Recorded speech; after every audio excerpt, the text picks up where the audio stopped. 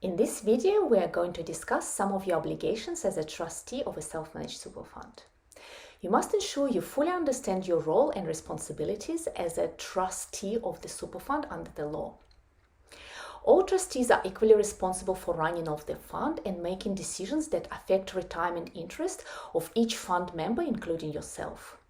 This means you are responsible for the decisions made by other fund members, even if you are not actively involved in making that decision. You can appoint a self-managed super fund professional to help you run the fund, but the ultimate final responsibility and accountability lie with you as the trustee. Trustees must meet specific obligations under the Superannuation Industry Supervision Act 1993, and we're going to go through some of these obligations now.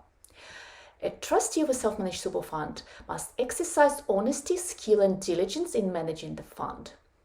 What it means, the trustee must develop the fund's trust deed and ensure that the deed is followed at all times. It must act honestly. It must retain control over the fund and know what it's doing and act in the best interest of all the members of the fund. You must ensure that the fund meets the sole purpose test. The sole purpose of the fund is to provide retirement benefits to its members, and it's illegal to access these benefits early. So if a fund, for example, invests in a property and a member or relative resides in that property, even if they pay a commercial rate of rent, it's a breach of the act, it's illegal. Another example of the breach could be if a fund invests in a collectible or a work of art. If it's displayed on the wall in the member's house, it's not allowed, and the heavy penalties may apply. Another obligation of the trustees of this super fund is to accept contributions and rollovers in accordance with the trust deed and superannuation law. Trustees must develop the fund's investment strategy and regularly review it. What is an investment strategy? It is a document that details the fund's investment objectives, which assets the fund can buy. You must document all the decisions that you're making, and you must regularly review this strategy. Also, it is very important to comply with investment restrictions under the superannuation laws.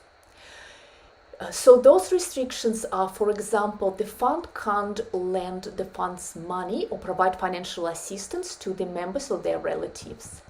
The fund cannot acquire assets from related parties to the fund. There are limited exceptions to that rule. The funds can't borrow money, again with limited exceptions.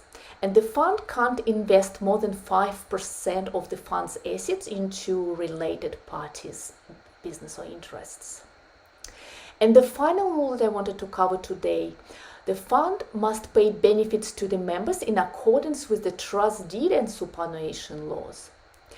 So it must only pay the benefits to the beneficiaries as allowed by the trust deed and as allowed by the superannuation law. And it is illegal to access these benefits early. Generally, you can only access the benefits after you reach preservation age. So there you have it. The rules are very strict, and it's very important that each member and each trustee understands these rules, understand the trust deed, because every member is responsible for the managing of the fund and can be held accountable, and heavy penalties may apply. We will go through other rules in the next video.